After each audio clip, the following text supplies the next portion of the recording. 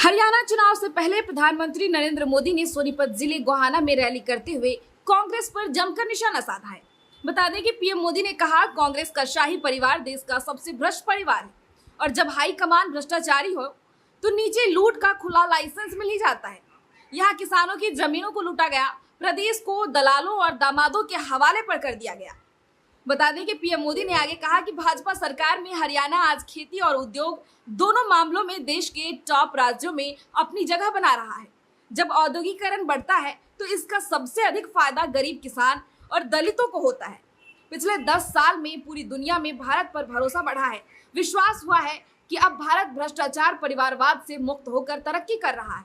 दुनिया को लगता है कि आने वाले समय में कोई देश सबसे तेज आगे बढ़ेगा तो वो है भारत। वहीं प्रधानमंत्री ने कहा कि बाबा साहेब अंबेडकर मानते थे कि दलितों के सशक्तिकरण में उद्योगों की बड़ी भूमिका होती है। वे देखते थे कि गरीबों, दलितों, वंचितों के पास पर्याप्त जमीन नहीं होती।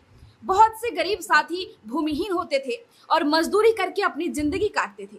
इसीलिए बाबा साहेब कहते थे कि जब फैक्ट्रियां लगती है तब गरीबों, दलितों, वंचितों को अवसर मिलता है। वे इनसे टेक्निकल स्किल सीखने को कहते थे। भाजपा की नीति निर्णयों में, भाजपा के विचारों में आपको बाबा साहेब की यही सोच दिखाई देगी। दलित और वंचित समाज को उद्योगों में अवसर देकर ही सच्चा सशक्तिकरण संभव है।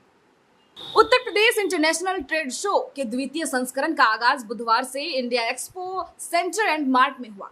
5 दिवसीय ट्रेड शो का शुभारंभ दोपहर करीब 12 बजे देश के उपराष्ट्रपति जगदीप धनखड़ और मुख्यमंत्री योगी आदित्यनाथ ने किया।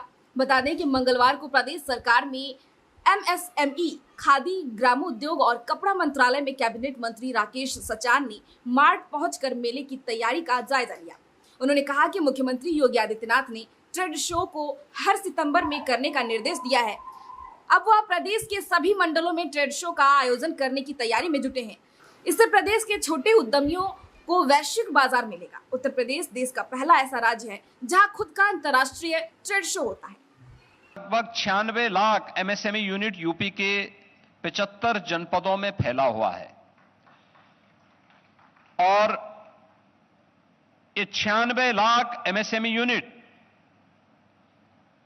उत्तर प्रदेश में कृषि के बाद सर्वाधिक रोजगार सृजन करने वाला क्षेत्र है। शेयर बाजार में बीते 2 दिनों से जोरदार तेजी देखने को मिल रही थी, लेकिन मंगलवार को सेंसेक्स निफ्टी लाल निशान पर ओपन हुआ। हालांकि ये गिरावट ज्यादा देर तक कायम नहीं रहा और दोनों इंडेक्स 15 मिनट के कारोबार के बाद ही ग्रीन जोन में आ गए। इस बीच धीमी रफ्तार के बावजूद शेयर मार्केट में नया इतिहास रच गया।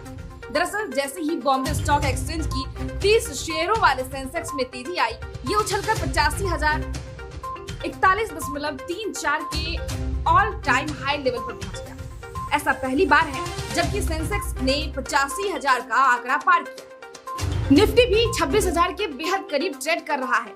बता दें कि पॉजिटिव ग्लोबल संकेतों के बावजूद भारतीय शेयर बाजार की शुरुआत गिरावट के साथ लाल निशान पर हुई थी। एक और जहां सेंसेक्स 130.92 अंक गिरकर 84,860.73 के लेवल पर ओपन हुआ था और कुछ देर बाद ये गिरावट तेजी में तब्दील हो गई और सेंसेक्स 115 अंक से ज्यादा उछलकर 85,052.42 के हाई लेवल पर पहुंच गया। दूसरी ओर निफ्टी की अगर बात करें तो ये इंडेक्स 22.80 अंक की गिरावट के साथ 25,916.20 पर ओपन हुआ और सेंसेक्स की तरह ही ग्रीन जोन में आकर 25,978.90 तक उछल गया, जो इसका नया ऑल टाइम हाई लेवल है। जम्मू कश्मीर विधानसभा चुनाव के दूसरे चरण में 6 जिलों की 26 विधानसभा सीटों पर वोटिंग खत्म हो गई है। इसमें 25.78 लाख मतदाताओं ने सुबह 7 बजे से शाम 6 बजे तक वोट डाला। बता दें कि शाम 5 बजे तक 59.37% वोटिंग हुई। सबसे ज्यादा रियासी में 71.81% वोटिंग हुई, जबकि श्रीनगर में सबसे कम 27.31% वोट पड़े। सेकेंड फेज की बात करें तो 26 सीटों में से 15 सीटें सेंट्रल कश्मीर और 11 सीटें जम्मू की है। चुनाव आयोग के मुताबिक दूसरे फेज में 239 कैंडिडेट्स मैदान में हैं। इनमें से 233 पुरुष और 6 महिलाएं। दूसरे फेज में 131 कैंडिडेट्स करोड़पति और 49 पर क्रिमिनल केस दर्ज है। जम्मू कश्मीर भाजपा अध्यक्ष रविंदर रैना ने अपनी संपत्ति केवल 1,000 रुपए घोषित की। वहीं वोटिंग के दौरान उन्होंने कहा कि पीडीपी, एनसी और कांग्रेस की सरकारों में यहाँ डर का माहौल था। पूर्व मुख्यमंत्री और नेशनल कॉन्फ्रेंस के उपाध्यक्ष उमर अब्दुल्ला गांदरबल और बीरवाह से मैदान में हैं। ऊपर लोकसभा चुनाव में बारामूला सीट बिहार जेल से चुनाव लड़े और इंजीनियर राशिद से हार गए थे। इस बार भी गांदरबल सीट पर उनके खिलाफ जेल में बंद सर्जन अहमद वागे उर्फ आजादी चाचा मैदान में है। बता दें कि 18 सितंबर को पहले फेज में 7 जिलों की 24 विधानसभा सीटों के लिए वोटिंग हुई। इस दौरान 61.38% मतदान हुआ। किश्तवाड़ में सबसे ज्यादा 80.20% और पुलवामा में सबसे कम 46.99% वोटिंग हुई। बिहार में बाढ़ से कई जिलों की स्थिति बिगड़ी हुई है। वही बता दें कि भागलपुर में गंगा का रौद्र रूप देखने को मिला। कई इलाके जलमग्न हो गए हैं। जिन इलाकों में बाढ़ की तबाही अधिक है, वहां से लोग अपनी जान बचाकर सुरक्षित स्थानों की ओर पलायन कर रहे हैं। बता दें कि सबर प्रखंड के मसाढ़ू के हालात पिछले कई दिनों से बिगड़ते ही जा रहे हैं। एक के बाद एक करके यहाँ कई घर गंगा में समा चुके हैं।